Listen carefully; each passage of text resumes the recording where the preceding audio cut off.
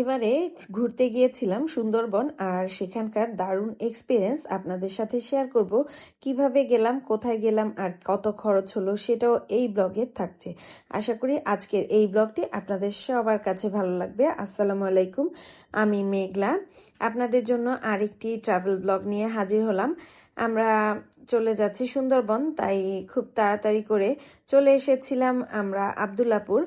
আমরা আব্দুল্লাপুর থেকে বাসে উঠবো খুলনার, তো সেখানেই চলে এসেছি। আর আমাদের পার পার্সন টিকিট ভাড়া ছিল 650 টাকা করে।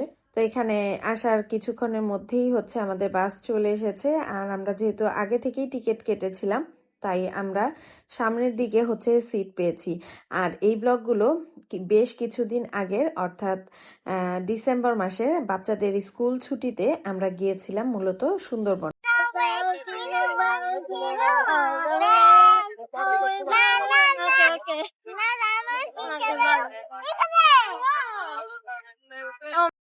সকাল 6টার দিকে আমাদেরকে সোনাডাঙ্গায় নামিয়ে দিল খুলনার। এই জায়গাটায় রাস্তার কাজ চলছিল আর রাস্তাটা বন্ধ ছিল, তাই এই জায়গায় মূলত আমাদের নামিয়েছে। তা না হলে আর একটু সামনে হয়তো আমাদের নামাতো। তো আমরা একটা অটো ভাড়া করলাম, যেটার ভাড়া 120 টাকা ছিল। আমরা সেটাতে করে চলে গিয়েছি বিআইডব্লিউটি এর যে ঘাট, সেখানে মূলত খুলনার যে নদী বন্দর সেই জায়গাটাতে। আর তখন প্রায় সকাল 6টার মতো বাজে। তো এত সকালবেলায় আমরা চলে এসেছি, আর তখন খুবই ঠান্ডা ছিল। আর নদীর পাশে তো এমনিতেও একটু ঠান্ডা লাগে। তো আমরা নদীর পাশে কিছুক্ষণ অপেক্ষা করার পরে আমরা যেই লঞ্চে যাব, অর্থাৎ যেই লঞ্চটাতে দিয়ে আমরা সুন্দরবন ঘুরে দেখব, সেই লঞ্চে যাওয়ার জন্য আমরা এখানে এসে সবাই জড়ো হওয়ার পরে আমাদের জন্য একটা নৌকা চলে এসেছে। তো নৌকায় করে মূলত আমরা এখন লঞ্চে যাব। তো এই জন্য সবাই মিলে আমরা নৌকায় উঠে যাচ্ছি। আর প্রত্যেকটা লঞ্চেরই নিজস্ব একটা করে নৌকা আছে, যেটাতে করে ওরা পারাপার করে। অর্থাৎ লঞ্চে নিয়ে যাবা যে কোনো জায়গায় নামতে হলে তারা এই নৌকাগুলো ব্যবহার করে। কই যান? কেন চলে না? তুমি চালাও, ধরো। তুমি কোথায় যাচ্ছ? চালাও।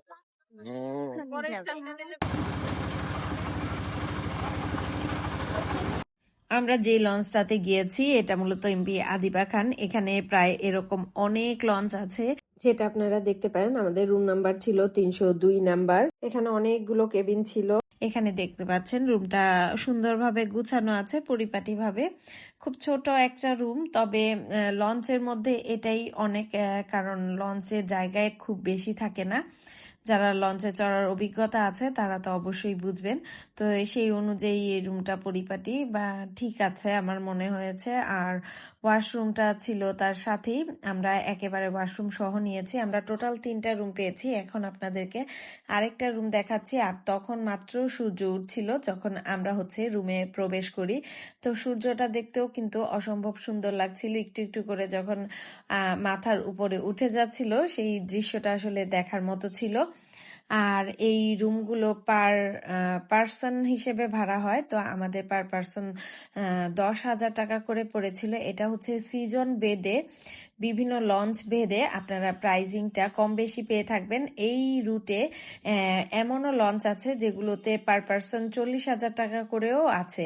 তো সেগুলোর কোয়ালিটি আরো বেশি হাই। তো আপনারা সেটা বুঝে দেখে শুনে আপনাদের পছন্দ অনুযায়ী যে কোনো লঞ্চে কিন্তু বুকিং দিয়ে চলে আসতে পারেন। এই লঞ্চগুলো সাধারণত নভেম্বর থেকে শুরু করে ফেব্রুয়ারি লাস্ট বা মার্চের লাস্ট পর্যন্ত চলে, যতদিন পর্যন্ত বর্ষাকালের যে একটা আবহাওয়া, অর্থাৎ বৃষ্টির যে একটা তাণ্ডব, সেটা না আসা পর্যন্ত কিন্তু এই লঞ্চগুলো এই রুটে চলাচল করে। তো এখনো কিন্তু সময় আছে, আপনারা চাইলে কিন্তু ঘুরে আসতে পারেন খুব সুন্দরভাবে এই সুন্দরবন থেকে। তো আমার কাছে এই সূর্য ওঠার দৃশ্যটা এত সুন্দর লাগছিল, আর সবাই এই সময়ে কাজে বের হয়ে যাচ্ছে, সেটা বসে বসে উপভোগ করছিলাম। লঞ্চ ছাড়ার একটা নির্দিষ্ট টাইম আছে, তাই আমরা সবাই রুমে এসে রেস্ট করলাম। যেহেতু সারা রাত জার্নি করে এসেছে, আমাদের তেমন ঘুমও হয়নি। তো প্রায় 11টার দিকে আমাদের জন্য নাস্তা রেডি করা হলো, আর আমাদেরকে বললো যে নাস্তাটা করে নেওয়ার জন্য, এরপরেই লঞ্চ ছেড়ে দেবে। আমরা তাই সকালে নাস্তা করতে চলে এসেছি। এখানে সবজি, চিকেন, ডিম ভাজা আছে, আর সাথে আছে এখানে রুটি বা লুচি যেটাকে বলে, বড় সাইজের লুচি। তো এখানে আনলিমিটেড লুচি আর সাথে ডিম ভাজি আর মাংস রয়েছে, যে যে যতটুকু খেতে পারে। তো এখানে আমাদের খাবারটা দিয়ে দেয়া হয়েছে, সবাই আমরা খাবার নিয়ে এসেছি। আর যেহেতু আমরা রাতে জার্নি করে এসেছি, আমাদের মোটামুটি ভালোই ক্ষুধা ছিল, তো আমরা খেতে খেতেই লঞ্চটা ছেড়ে দিয়েছে। তো আমরা শিপইয়ার্ড দেখছিলাম, এখানে কত বড় বড় জাহাজ বা লঞ্চ এগুলোকে রিপেয়ার করা হয়।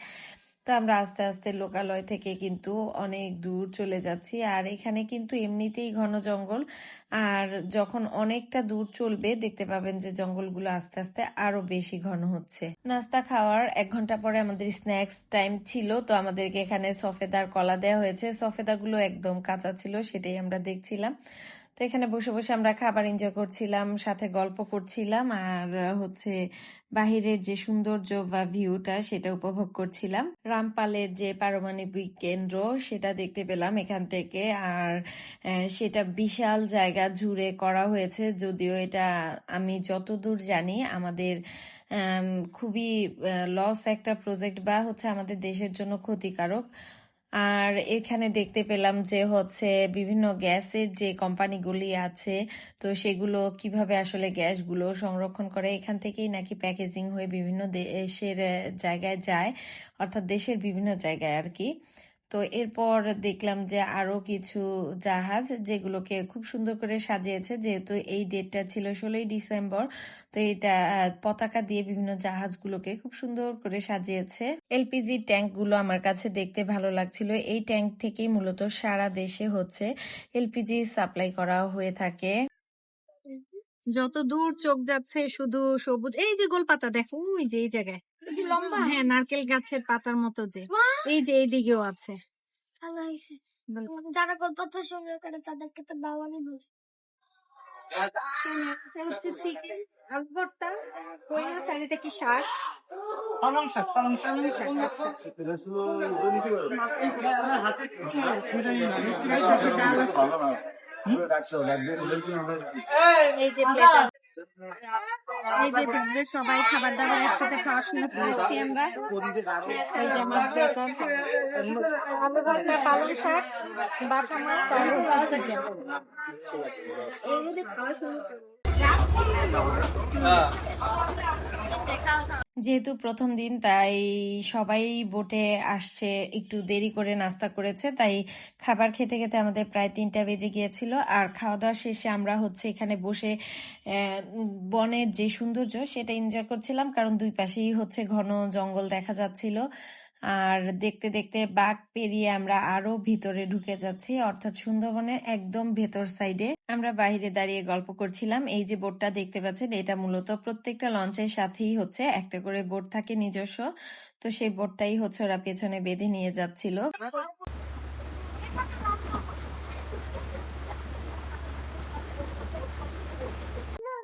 এখানে সবগুলো বোট, রেনবো নাম কি এখানে?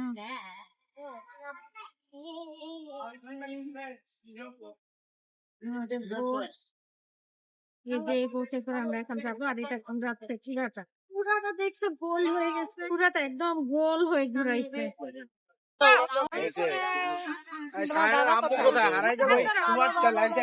ওনারা কি বলে কার্ডটা ইয়ানে আসছে কেন খুলি?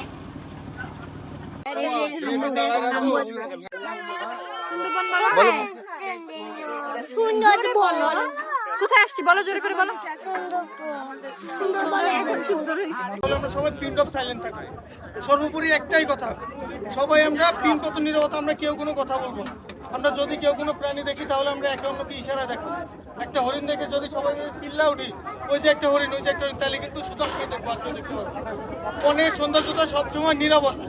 হ্যাঁ, আমরা সবাই একদম প্রিন্ট অফ সাইলেন্ট থাকবো। আর আমাদের সবার সাথে গানমান থাকবে, পিছনে আমি থাকবো। আর যারা ছবি তুলতে বেশি আগ্রহী সবাই সামনে থাকবে। আমরা সবাই কিন্তু গ্রুপের ভিতরে থাকবো। দেখলে এক গ্রুপ হেঁটে চলে গেছে, আরেক গ্রুপ ছবি তুলতে দূর পিছনে থেকে গেছে। এভাবে করলে কিন্তু হবে না, গ্রুপের সাথে হাঁটতে হবে, হাঁটার ভিতরে ছবি তুলে নিতে হবে, ঠিক আছে? আমরা এক সাইড দিয়ে ঢুকবো, এক সাইড দিয়ে বেরোবো। এখানে একটা ইউটার্ন, একটা ফুড ট্রেইল আছে, আমরা একদিক দিয়ে ঢুকবো, একদিক দিয়ে বেরো আসবো, ঠিক আছে? আমরা এবারের প্রথম spot Andarmanik eco tourism park এখানেই মূলত এসেছি। আর এটা আমাদের প্রথম দিনের একটাই অ্যাক্টিভিটিস ছিল, তো সেটাই কমপ্লিট করা হচ্ছে। তো প্রায় বিকেল হয়ে গিয়েছে, যেহেতু শীতের সময় দিনটা ছোট, তাই আমাদেরকে একটু তাড়াতাড়ি ঘুরে নিতে বলেছে, যাতে করে দিনের আলো থাকতে আমরা দেখতে পারি। তো এখানে গোলপাতা দেখতে পাচ্ছিলাম সামনে থেকে, সুন্দরী, গেওয়া, গরান সব ধরনের গাছই এখানে মূলত আছে। তবে যেই গাছটা যেই দিকে আছে সেই দিকেই বেশি পরিমাণে আছে, এইটা হচ্ছে সুন্দরবনের একটা বৈশিষ্ট্য। এখানে যে গাছগুলো দেখতে পাচ্ছিলাম এগুলো অনেক লম্বা, আর এই গাছগুলোকে মূলত গেওয়া গাছ বলা হয়। আর এখানে আমরা হচ্ছে বাঘের পায়ের ছাপ দেখতে পেয়েছিলাম। এখানে বাঘের পায়ের ছাপ। সুন্দরবন মূলত ম্যানগ্রোভ বন, অর্থাৎ হচ্ছে শ্বাসমূলগুলো উপরের দিকে থাকে। তো দেখতে পাচ্ছেন পুরো বন জুড়ে এরকম। আর তাছাড়া আমরা এখানে হরিণের পায়ের ছাপও দেখতে পেরেছি, অর্থাৎ এই জায়গাটাতে বাঘ হরিণ হরহামেশাই আসা যাওয়া করে। আর এই ছাপগুলো একদম নতুনই মনে হচ্ছিল দেখে। তো আমরা দেখতে দেখতে হচ্ছে ভেতরে চলে এসেছি, যে এই জায়গাটাতে হচ্ছে ওরা প্রজনন কেন্দ্র বানিয়েছে, অর্থাৎ হরিণ এখানে হচ্ছে প্রজনন করা হয়। তো এই সুবাদে বাচ্চারা কিছু হরিণ সামনে থেকে দেখতে পেল, আর ওরা হচ্ছে ঘাস তুলে এনে হরিণকে খাওয়াচ্ছিল। আর হরিণও খাওয়ার জন্য একদম সামনে চলে এসেছে। ওরা একদম ফ্রেন্ডলি, মানুষ দেখে ভয় পায় না, অর্থাৎ ওরা সবসময় দেখতে থাকে, এজন্য ওদের কাছে মনে হয় এটা একটু সিমিলারই মনে হয়। আর হরিণের এই যে শিংটা দেখতে পাচ্ছেন, এটা কিন্তু ওপর থেকে একদম মখমলে মোড়ানো, একদম সফট, ধরতে খুবই ভালো লেগেছিল। তো আমরা সবাই হচ্ছে এই হরিণকে ঘাস খাওয়াচ্ছিলাম, একটু একটু করে সবাই হরিণকে ঘাস খাওয়ানোর চেষ্টা করছিল। কাছে কাছে কাছে কাছে ধরে রাখো, ধরে রাখো। ধরে রাখা আসবে। বাবু ওই যে বাবু ধরো, বাবু ধরো, এই ধরুন ধরুন। ভয় পাইলে ধরতে পারবে না। এই যে হরিণ আসছে, এই যে আদর করে দিবি, আদর করে দিবি। তুমি ভয় পাও কেন? ভয় পাইলে তো খাবে না, ভয় পাইলে ঘুরে ফিরে এই জায়গায় আমরা কিছু ফটো সেশন করলাম। আর এই জায়গাটা মূলত একটা আইকনিক সাইন, কারণ এই জায়গাটার নামের সাথে সবাই ছবি তুলতে চাচ্ছিল। আর এখানে হচ্ছে একটা ওয়াচ টাওয়ার আছে, এখানে উঠলে অনেক দূর পর্যন্ত দেখা যায়। তো সেটাই, এখানে অনেকেই দেখলাম যে উপরে উঠেছে। তো আমরা আর উঠিনি, আমরা নিচে কিছুক্ষণ বসেছিলাম। আর যখন আমাদের গ্রুপ একসাথে আবার চলে যাচ্ছিল, তো আমরা যাচ্ছিলাম, তো সেই সময় আমি এখানে একটা সাপ দেখতে পেয়েছি, দেখতে পাচ্ছেন কিনা আমি জানি না। এখানে একটা সাপের বাচ্চা দেখতে পাচ্ছিলাম। এরপর আমরা হচ্ছে আবারও বোটে উঠে গিয়েছি, আর বোট থেকে আমরা হচ্ছে আবার লঞ্চে উঠে গিয়েছি। তো নেক্সট যারা গিয়েছিল, দ্বিতীয় ব্যাচে যারা এসেছে মোট কথা, তাদেরকে এবার ওঠানো হচ্ছে। আর একদম কাছাকাছি সময়ে সন্ধ্যা হয়ে গিয়েছিল। আর হচ্ছে এখান থেকে আমরা হচ্ছে স্ন্যাক্স টাইম করছিলাম বাচ্চাদেরকে নিয়ে। ওরা হচ্ছে এখন চিপস খাচ্ছে। ভাবি ওদের জন্য অনেক স্ন্যাক্স নিয়ে এসেছিল, তো সেখান থেকে ওরা ওদের পছন্দের যে স্ন্যাক্স সেটাই খাচ্ছিল। আর দেখতে দেখতে একদম সূর্যটা ডুবে যাচ্ছে। তো আজকের দিনটা এতটাই ভালো লেগেছে যে সকালবেলা ঘুম থেকে উঠে সূর্যোদয় আর বিকেলবেলা সূর্যাস্ত দুটাই দেখতে পেরেছি একদম কাছ থেকে। আর খুবই ভালো লাগছিল। এরকম সিনারি দেখতে আসলে অনেক বেশি ভালো লাগে আমার কাছে। সন্ধ্যার দিকে স্ন্যাক্স খাওয়ার জন্য আমরা এখানে বসেছি। আর মশার সাইজ দেখেন, এক একটা বিশাল সাইজের মশা। আমরা হচ্ছে এখানে মশা মারছিলাম বসে বসে, কারণ এত মশা ছিল, আর মশাগুলি এক একটা বিশাল সাইজের। তো এখানে আমাদের হচ্ছে আজকে সন্ধ্যার নাস্তায় ছিল হচ্ছে ফ্রেঞ্চ ফ্রাই আর হচ্ছে সাথে স্যুপ। তো আমরা হচ্ছে স্যুপটা আগে খেয়ে নিচ্ছিলাম। আর এখানে কর্ন স্যুপ ছিল। আর রাতের খাবারে ছিল আজকে চাইনিজ প্ল্যাটার, চিকেন ফ্রাই, সবজি আর হচ্ছে একটা কারি। তো এটাই হচ্ছে আজকের রাতের খাবার। মূলত এটা দিয়ে আজকে আমাদের রাতের ডিনার সেরে আমরা হচ্ছে ঘুমিয়ে পড়বো, কারণ কালকে ভোর 6টা বাজে উঠে আমাদের নেক্সট ডেস্টিনেশনে যেতে হবে। তো আজকে এই পর্যন্ত। এই ব্লগটা আপনাদের যদি কারো কাছে ভালো লাগে অবশ্যই জানাবেন। আজকে পর্যন্তই, আল্লাহ হাফেজ।